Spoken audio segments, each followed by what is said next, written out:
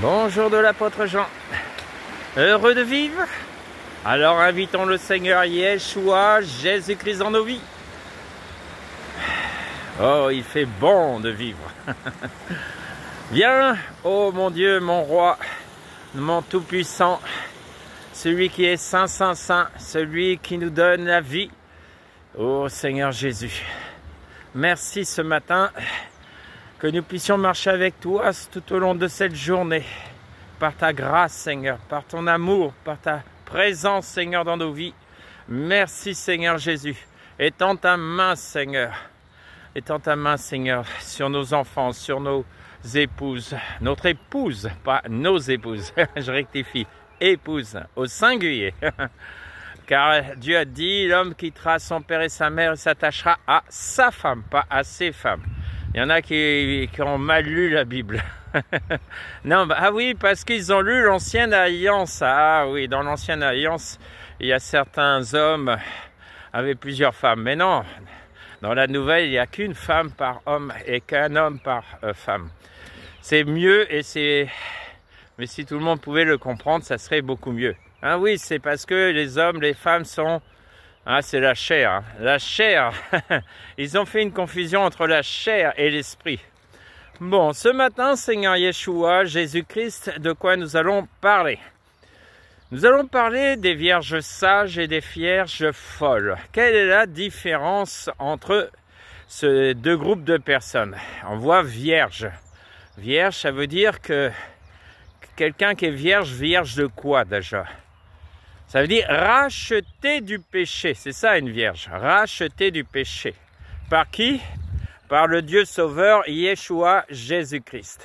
Donc ça veut dire toute personne qui a donné sa vie à Jésus est devenue une vierge.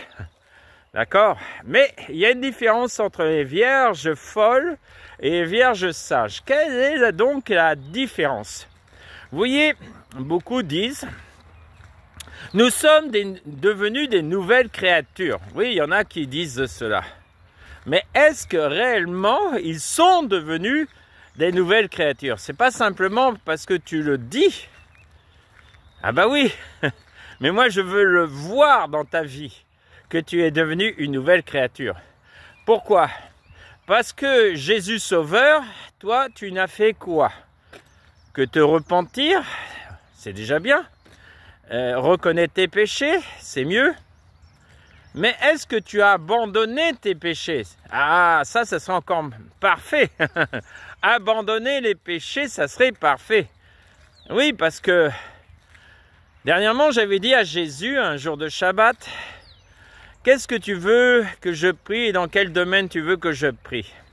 Et Jésus m'avait dit, voyez, la plupart n'ont pas compris.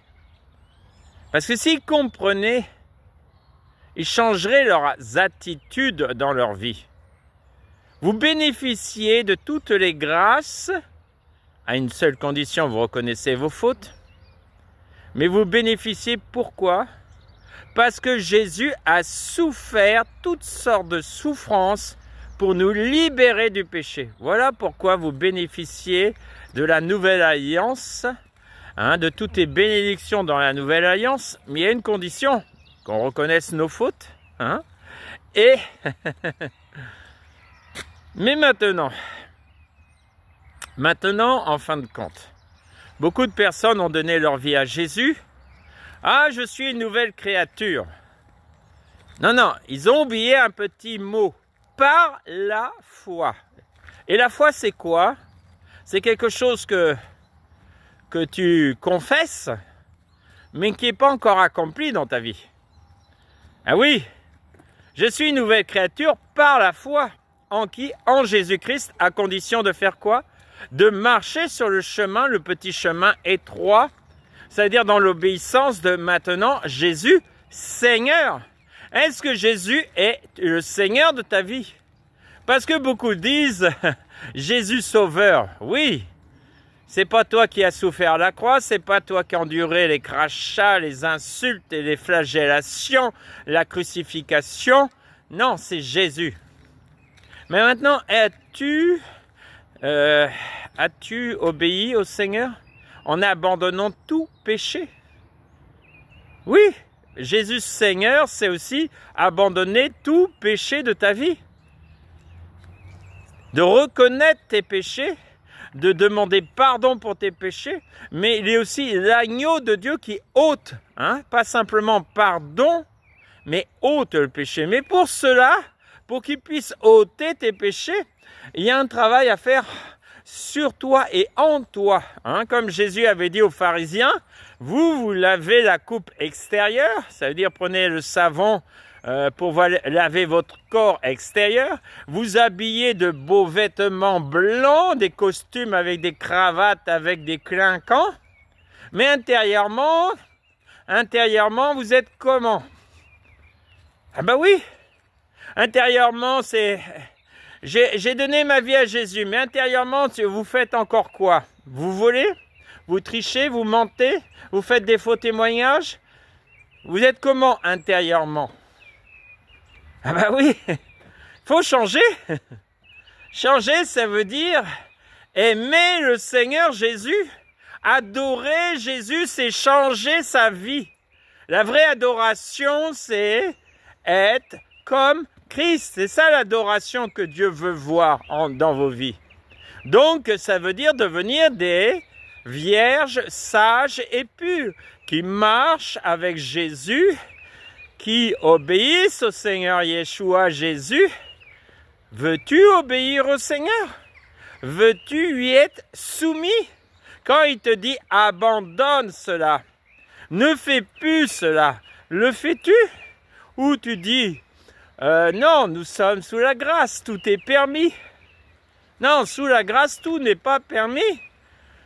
Jésus a rappelé sous la grâce les 10 commandements. Il ne les a pas annulés, les 10 commandements. Il a dit maintenant, par l'Esprit, vous pouvez accomplir les 10 commandements. Qui se résument, aime ton Dieu de tout ton cœur, de toutes tes forces, de toute ta pensée, et aime ton prochain comme toi-même. Donc, cela est possible maintenant par l'Esprit de Dieu. Alors, arrêtez de vous mentir à vous-même ou à écouter d'autres esprits qui veulent vous empêcher d'accomplir la loi parfaite de Dieu. Ah oui, toujours des bonnes excuses. Hein? Ah non, mais la chair est faible. Eh bien, domine-la par l'Esprit. Si tu as donné le Saint-Esprit, c'est pour dominer la chair. Alors, soyons vrais. Arrêtons de trouver des excuses à nos péchés. Arrêtons. Parce que moi, je peux vous dire, oui, il y a des péchés, ils sont, comment on peut dire, enracinés des fois. Et pour déraciner certaines racines, il faut creuser. Et puis, il faut arracher ces racines de votre vie. Et c'est pour cela qu'il faut demander à Jésus. Jésus, c'est toi qui ôtes le péché de ma vie. Et la Bible dit, il te sera fait selon ce que tu veux si tu encore chéris les péchés.